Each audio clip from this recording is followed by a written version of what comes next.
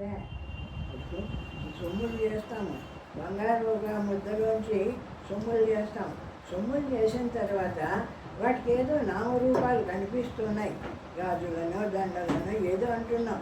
ఎన్ని అనినా కూడా బంగారు కంటే వేరు కాదు కదా. బంగారు లేకుండా ఆ సొమ్ములు ఎక్కడి నుంచి వచ్చినాయి? ఆ విధంగా ఉంది ఈ ప్రపంచం కూడా. నిరాకారమైన బ్రహ్మం ఉంది. ఆ బ్రహ్మ స్వరూపం యొక్క లక్షణం ఏమంటే దానికి జ్ఞానం అనే లక్షణం ఉంది. అది కూడా చూస్తాం. ఏమంటే ఆ నిరాకార స్వరూపమైన ప్రజ్ఞానం, జ్ఞానం అనే లక్షణం కలిగి ఉంది. ఆ జ్ఞానమే ఒక అవస్థలోకి వచ్చే వాళ్ళకే, కొన్ని ఇంద్రియాలతో స్వప్నావస్థలోకి వచ్చే వాళ్ళకే, కొన్ని ఇంద్రియాలతో కలిసి ఒక ప్రపంచాన్ని సృష్టి చేస్తుంది. ఇంకొక అవస్థలోకి వచ్చేవాడికి కొన్ని ఇంద్రియాలతో కలిసి ఈ ప్రపంచాన్ని సృష్టి చేసి తెలియజేస్తుంది. ఆ విధంగా ఒకే జ్ఞానస్వరూపమైన బ్రహ్మస్వరూపము ఒక్కొక్కటి దాటుకుంటూ వచ్చి స్థూల రూపమై ఈ ప్రపంచంగా కనిపిస్తుంది మనకు. అందుకే నువ్వు బ్రహ్మాన్ని తెలుసుకో, బ్రహ్మనిష్టను పొందు. ఏమి ముక్తిని పొందవాలంటే, మనం ముక్తి పొందవాలంటే ఈ అనేకంగా ఉండే నామరూపాలతో ఉండేటువంటి ఈ ప్రపంచంలోనే ముక్తి పొందలేవు. చిన్నగా ఈ నామరూపాలను దాటేసి వాటికి అతీతమైనటువంటి జ్ఞాన స్థితి, భగవంతుని తెలుసుకోవడం, ఆ స్థితిలో నిలబడము, ఇంకా అది వదిలేసి నిరాకారమైన తురీయమైన బ్రహ్మం అన్నాడు కదా, బ్రహ్మ మాత్రంగా నిలబడడం.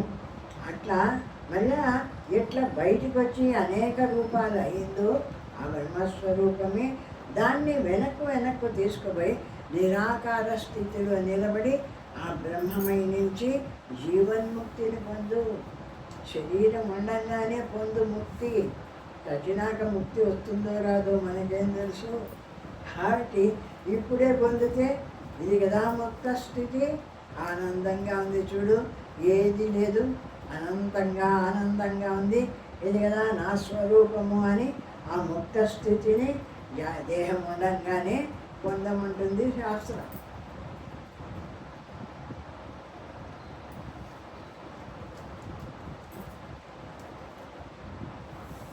ఇట్లు ఆది మధ్య అంతరూపమైన ఈ జీవన లీలకు ఆధారము ఆ ఓంకారమే అని తెలుసుకున్న పిమ్మట ఆ జ్ఞాత స్వయముగా బ్రహ్మయే అవుతున్నారు. ఆ విధంగా ఆది మధ్యాంతములుగా బయటకు వచ్చిన ఈ ప్రపంచానికంతా ఆధారం ఏమిటి అంటే ఓంకారమేను. ఒక శబ్దంతోనే బయటకు వస్తుంది. ప్రపంచం అంతా ఎప్పుడూ కూడా నిశ్శబ్దమైతే ప్రపంచం బయటికి రాదు, శబ్దమైతేనే ప్రపంచం వచ్చేది. అంటే నేను కూడా వచ్చింది. మనలో శబ్దం పుడితేనే మనస్సు ఆకారం పొంది ఈ ఫలాని విషయము అనేది వరకు తెలియబడుతుంది. శబ్దం లేకుండా నువ్వు నిశ్శబ్దంగా ఉండు, ఏ ఆకారము లేదు, ఏమీ తెలియదు. ఆ విధంగా ఎట్లా పుడుతుంది ప్రపంచము అంటే ఆ శబ్దంతోనే పుడుతుంది. కాబట్టి జగత్తంతా ఎట్లా రూపం పొందుతుంది అంటే శబ్దంతోనే పొందుతుంది. కాబట్టి ఇంకా పరమాత్మను పొందడానికి ఏం చెప్తుంది శాస్త్రం? నిశ్శబ్ద బ్రహ్మ ఉచ్యతే. ఎక్కడ బ్రహ్మమై నిలుస్తావు, ఎక్కడ పరమాత్మవై నిలుస్తావు అంటే ఎక్కడికి పోయి నిశ్శబ్దాన్ని పొందుతావు. ఏది అనకుండా నిశ్శబ్దంగా నిలబడతావు, అక్కడ బ్రహ్మస్వరూపము ఉంది. అది బ్రహ్మస్వరూపము అని చెప్పబడుతుంది శాస్త్రం. శబ్దం అంతా ఎంతెంత శబ్దాన్ని చేస్తూ బయటకు వస్తావో అంత శబ్ద ప్రపంచమంతా శబ్దము రూపాన్ని చెందుతుంది. ఆ రూపము ఏ ప్రపంచంగా సుఖ దుఃఖాల్లో అనుభవింపబడుతూ కనిపిస్తుంది. నిశ్శబ్దం దగ్గర ఏది లేదు కదా.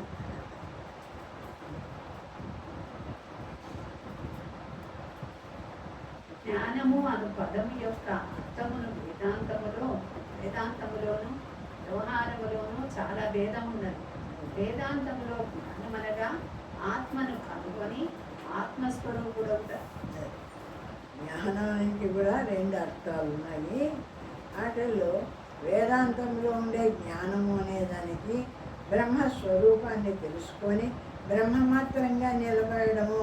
నిరాకారంగా నిలబడినావు. అయితే నిరాకారంగా నిలబడినావు నీ ముందర ఏ ఆకారాలు లేవు, కానీ నేనున్నాను. నేను జ్ఞానరూపమైన పరమాత్మ అయిన నేనున్నా. కానీ నాకు ఎదురుగా ఏ విషయము లేదు కాబట్టి ఏ ప్రపంచము లేదు, శుద్ధ బ్రహ్మ మాత్రంగా నిలిచి ఉన్నాను. అక్కడ శబ్దం లేని చోటుకు పోతుంది. యస్మిన్ మహావాక్యాలు వస్తుంది. యస్మిన్ సంలీయతే శబ్ద తత్పరం బ్రహ్మహీయతే. ఎక్కడ శబ్దం లేకుండా పోతుందో అక్కడ పరబ్రహ్మం ఉంది అని చెప్పబడుతుంది అని చెప్పినాడు మహావాక్యాల్లో కూడా. అది బుద్ధిగ్రాహ్యమైనది కాదు, శాస్త్రజ్ఞానము చేత బోధింపబడినదియు కాదు. కేవలము శాస్త్రములు చదివి అర్థము చేసుకొనగలిగినంత మాత్రమున పండితుడు పరిపూర్ణతను అందుకొనలేడు. అది బుద్ధి గందేది కాదు. ఏమి శాస్త్రాలు చదివితే, శాస్త్రాలు దండిగా చదివితే వచ్చేది కాదు. నెమ్మదిగాను స్థిరముగాను ధ్యానము చేత అది పవిత్రములైన మనోబుద్ధుల ద్వారా ఆ స్థితికి చేరుకోవాలి. మెల్లగా జ్ఞానాన్ని కూర్చొని తొందరపడకుండా ఒక్కొక్క దాన్ని వదిలేస్తూ ఏ నిరాకారతలో పోయి నిలబడతావో ఆ శుద్ధ బ్రహ్మమై ఆ విధంగా నిలిచి తెలుసుకోవాల్సిన విషయం. కానీ ఇంకా ఇంకో విధంగా తెలియబడేది కాదు ఈ బ్రహ్మత్వం. అంత పాండిత్యం ఉండేవాళ్ళు రకరకాలుగా పాండిత్యాన్ని అంతా ఒలగబోసి ఏమి ఉపన్యాసాలు చెప్పవచ్చు, కానీ బ్రహ్మత్వం మాత్రం చెప్పడానికి వీల్లేదు. బ్రహ్మత్వం చెప్పవాలంటే ఆ బ్రహ్మీ స్థితిలో నిలిచినటువంటి అనుభవం ఉండవాలా. ఎట్లా పోయినాడు వీడు ఆ బ్రహ్మీ స్థితిలోకి? ఏ విధంగా అంతా వదిలి నిరాకారమైన నిశ్శబ్దమైన ఆ అఖండమైన బ్రహ్మమై నిలిచినాడో ఆ స్థితి వాడికి ఎప్పుడు అనుభవంలో ఉంటుందో అక్కడి నుంచి ఆ పరమాత్మ స్థితి నుంచి కిందికి దిగిన ఈ ప్రపంచాన్ని గురించి వాడు చెప్పగలుగుతాడు. కానీ ఆ లేకపోతే ఎవడు చెప్పడానికి వీల్లేదు. ప్రణవం ఈశ్వరం విద్యా సర్వస్య హృది సంస్థితం సర్వవ్యాపిన ఓంకారం నత్వా ధీరో న శోచతి. ఓంకారమును సమస్త ప్రాణుల యొక్క హృదయ కుహరమునందును నివసించు ఈశ్వరుడిగా తెలుసుకున్నాం. ఆ ఓంకారము ఎక్కడో ఉంది, ఓం అనే శబ్దము అనుకోవాకండి. సమస్త హృదయాల్లో ఏమి ఆ ఓంకారం అనేది పలుకుతుంది. లోపల నువ్వు అనుకున్నా అనుకోకపోయినా ఒక శబ్దం ఆడుతూ ఉంటుంది. మనము శ్వాస విడిస్తే తీసుకుంటూ ఉండేటువంటి శబ్దం ఉంది. ఆ శబ్దము ప్రతి వాళ్ళ హృదయంలోనూ ఒక శబ్ద రూపం. అంటే శబ్దం అంటే ఓం అనే అర్థం. ఏ శబ్దము కాదు, ఇతర శబ్దాలు మాటలు కాదు. ఏ మాట లేనటువంటి నిశ్శబ్దం అంతా కూడా ఓంకార స్వరూపమే. అదే చెప్తుంది ఆ పుస్తకంలో. సముద్రం కూడా ఓం అంటుందట, గాలి ఓం అంటుందట. అక్కడ చూసుకొస్తాడు. ఏది అది ఓం అంటుంది అంటే అది ఏమన్నా ఒక రూపనామాలతో మాటలుగా అంటుంది అంటే శబ్దమే ఓడు మనకి వస్తుంది అని గాలి వీస్తుంది అంటాం. ఓం అని శబ్దము.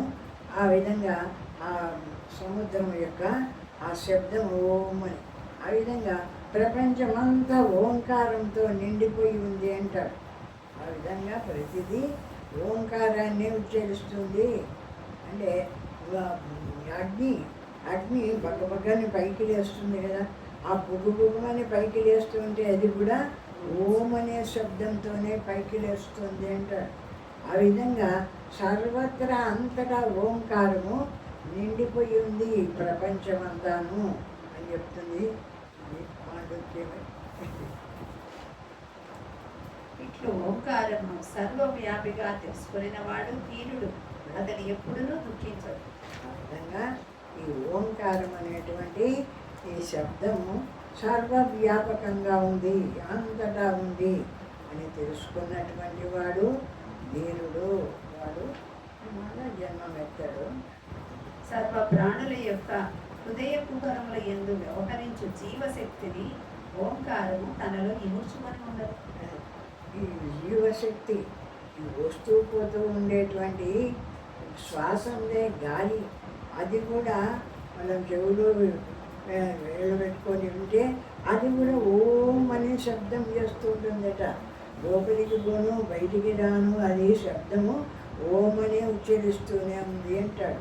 ఆ విధంగా ప్రతి మనిషి జీవించి ఉన్నాడు అంటే ఆ ఓంకారంతోనే జీవించి ఉన్నాడు. అది లేకపోతే మనిషికి జీవనమే లేదు. కాబట్టి మొత్తం ఓంకార స్వరూపమే జగత్తంతా అని చెప్తుంది శాస్త్రం. నారద భక్తి సూత్రములలో కూడా భగవంతుడు సర్వాంతర్యామి అని వర్ణించి ఉన్నారు. వీటి ఈ ఓంకారమే సర్వ హృదయ అంతర్వర్తి అయి సమస్త ప్రపంచమును పాలించు ప్రభువైన ఈశ్వరుడు. ఆ ఓంకారమే సర్వవ్యాపకమై సర్వ హృదయాల్లో ఉంటూ ఆ ఓంకార రూపంతో ఈ ప్రపంచాన్ని పాలించేటువంటి ఈశ్వరుడుగా ఉంది అని చెప్తున్నాడు. ఈ భాగమే గీతలో కూడా వర్ణించారు. ఈశ్వర సర్వభూతాన్ని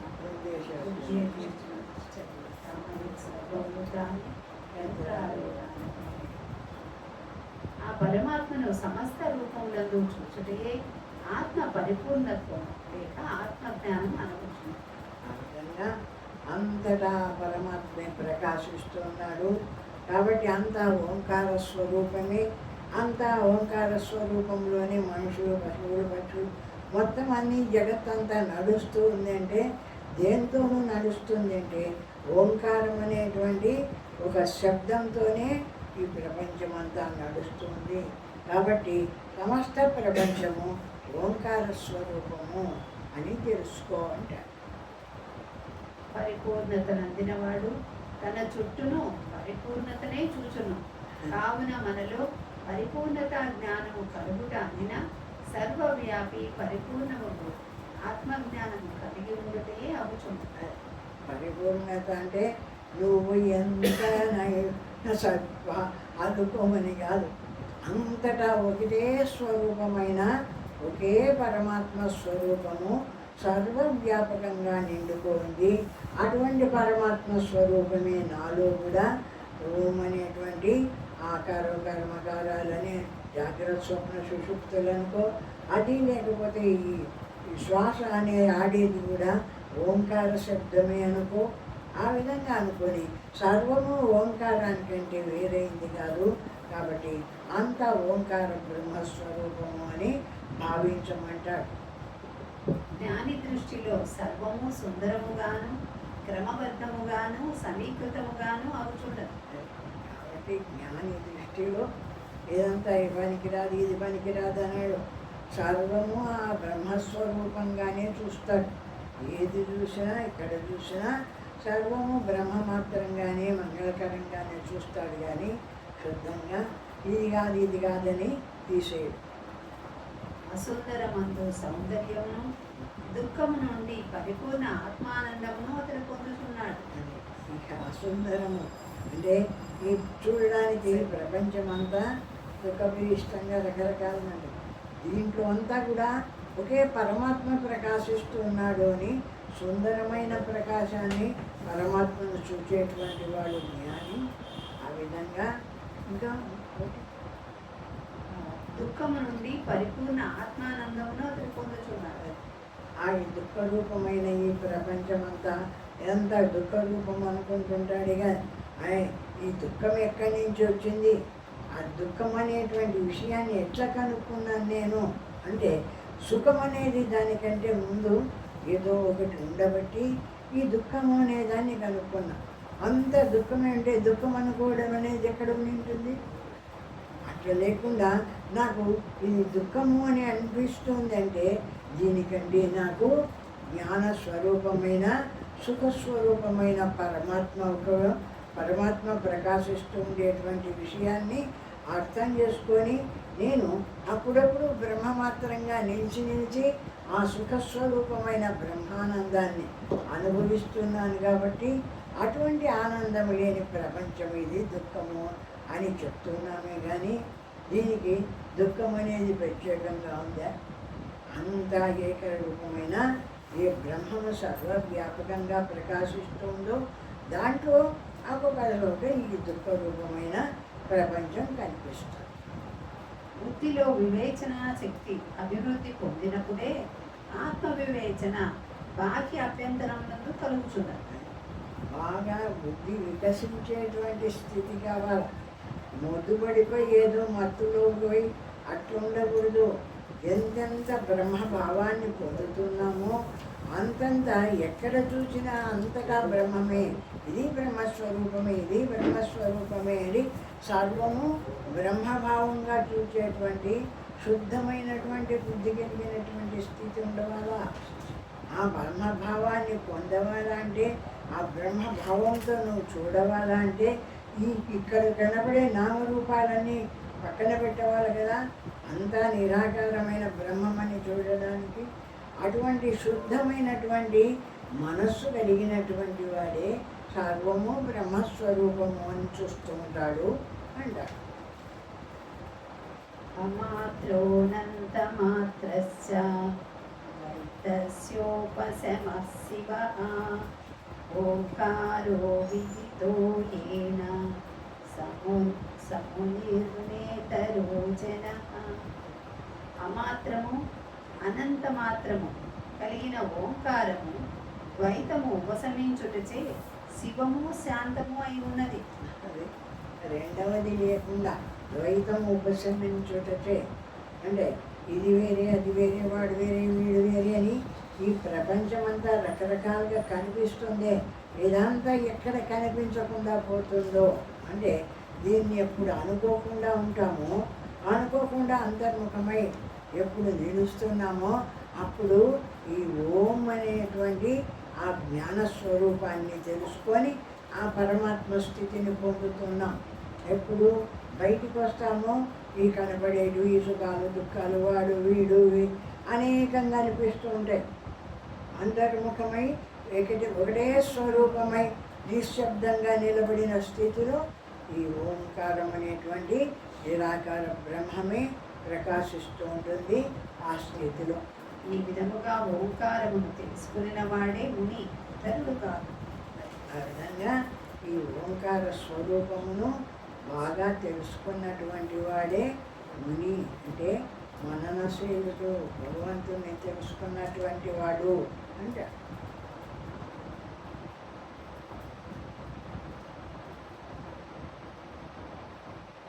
ఓంకారము అర్థము చేసుకొనుచున్నాడు అతడే నిత్యమైన ఆత్మజ్ఞాని అవుతున్నాడు అంటున్నారు ప్రభుపాదులు. ఈ ఓంకారాన్ని బాగా అర్థం చేసుకున్నటువంటి వాడే నిజమైనటువంటి జ్ఞాని అంటున్నాడు గౌడపాదులు. ఓంకారము చే సూచించబడిన ఈ సర్వవ్యాపి నిత్య సత్య జ్ఞానతత్వమును తన యందు కనుగొనిన వాడే జ్ఞాని అవుతున్నాడు.